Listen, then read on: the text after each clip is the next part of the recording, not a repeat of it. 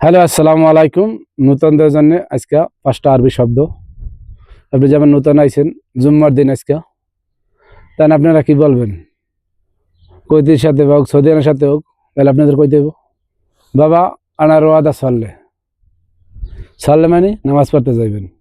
এইবার দেখা যাইতেছে আইছেন, আপনার কিছু প্রয়োজনীয় বাজার লাগবে, তখন কইতে হবে বাবা আনার ওয়াদা বাকালা। বাকালা মানে দোকান। দোকানে যাইয়ে কিছু বাজার আমার পছন্দ মতো আনলেন। এইবার আমার কাপড় চোপড় ছিঁড়ে গেছে, কাপড় চোপড় লাগবো, তখন কি কইতে হইব যে বাবা আনারও সিটি লেস সিটি শুনেবি।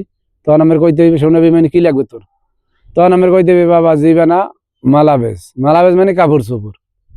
তা এইভাবে কথাগুলো যে আপনারা যে যেখানেই থাকেন, কুয়েত থাকেন, সৌদি থাকেন, তাদের সাথে এই কথাগুলো বলতে পারবেন আরবিতে। কারণ আরবি কথাগুলো জানাটা একান্ত দরকার। নতুন যারা আইছেন তারা আরবি না জানলে প্রবাসী মাটিতে কোনো খানা নাই।